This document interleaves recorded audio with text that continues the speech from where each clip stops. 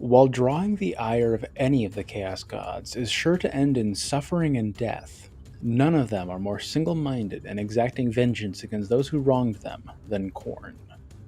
For minor slights, the Blood God will dispatch lone fleshhounds or bloodletters to punish the offending party. More severe insults will be dealt with by bloodthirsters of the Third Host, also known as the Wrath of Khorne. These demons are often mighty enough to claim their target's skull without assistance, but when the insult is grave enough, or the enemy's defense is especially robust, Khorne will rise from his skull throne and blow a single note on his great hunting horn. Thus begins a blood hunt. An army of Khorne's most ferocious demons, led by a bloodthirster of the Third Host, bursts forth from the realm of chaos in pursuit of their chosen prey. Hiding or fleeing is pointless, as the blood hunt can track its quarry across all reality. Fighting is almost as useless, for the servants of the Lord of Skulls delight in slaughter and make quick work of any who stand against them. At the forefront of this great army lope Khorne's favored fleshhounds, some of the greatest amongst their kind. While other demonic forces have names evoking murder and death, these fleshhounds require no such moniker. They are simply known as the Hounds, and that alone is enough. Despite their bestial appearance, the Hounds were once mortal hunters, according to legend. Instead of hunting for food or justice, however, these men did so for sport. They delighted in the rush of spilling blood, and bit by bit, their souls became consumed by savagery. Their taste in prey took a turn to more intelligent fare than wolves and stags, and they began hunting their fellow men. Eventually, they completely lost their minds, living out the rest of their days as cannibalistic hermits in the wilderness. Upon their deaths, the souls of these hunters went to Khorne's realm, and they were reshaped into forms more pleasing to the Lord of Skulls. Now they act as trackers and cannon fodder for the blood hunt, exulting in the joy of the hunt as they pursue their prey across the old world and beyond.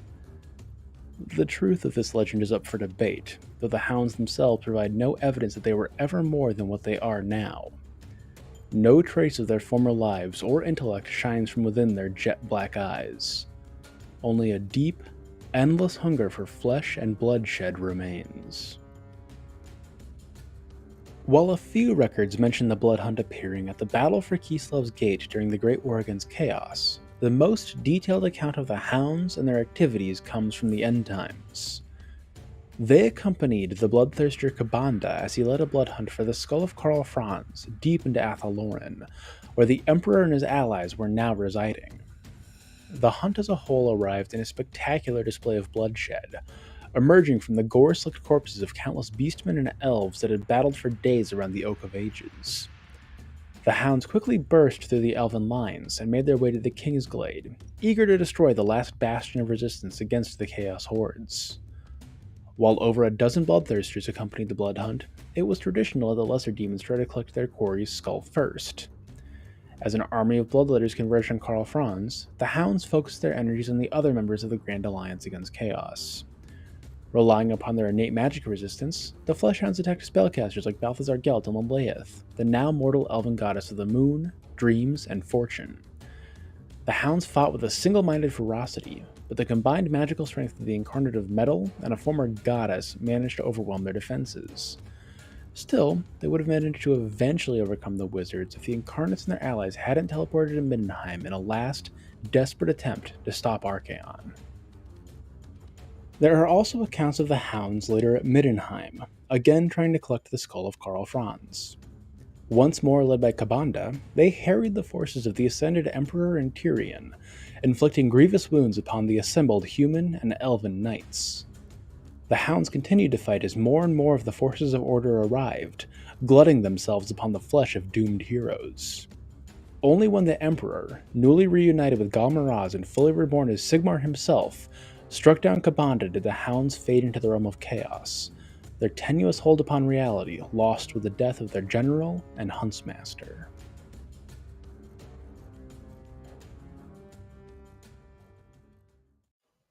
In Total War Warhammer, the Hounds are the Regiment of Renown Fleshhound unit on the Khorne, Demons of Chaos, and Warriors of Chaos roster.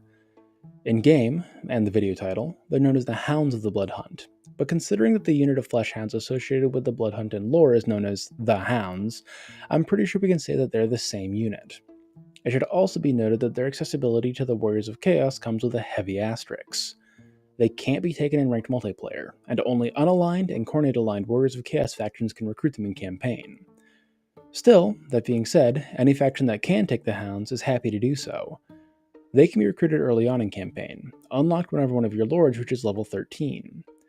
For those of you who play more multiplayer, the Hounds of the Blood Hunt cost 1,000 gold, which is 250 more gold than a generic Fleshhound without chevrons, but 52 gold less than a normal rank 9 Fleshhound, so it's still a good deal.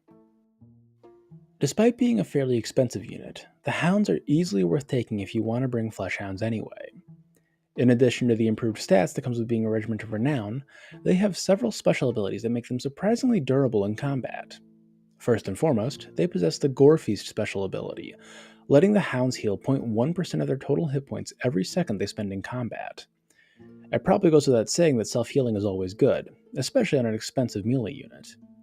In addition to that, their attacks inflict the Dampen condition, removing enemy magical attacks and reducing their spell resistance by 20% for a short period of time. The decreased spell resistance isn't incredibly impactful on the Khorne roster, but you can pair them with a Deathcaster while playing as the Demons of Chaos and get especially juicy Spirit Leeches and Fate of Bunas on anything the Hounds touch.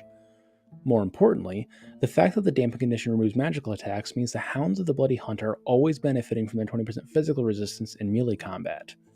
That basically gives them a 20% ward save, which is incredible for any unit. Finally, the Hounds of the Blood Hunt are also immune to contact effects. This makes them especially good into Lizardmen, Nurgle, Skaven, and any other army that relies upon poison to fight on an even playing field. Gutter runners become a lot less difficult to catch if they can't slow you down while running away, after all. With that, we've come to the end of our overview of the Hounds of the Blood Hunt. They're a pretty neat regiment of renown, though their origin story is a bit contradictory to other sources.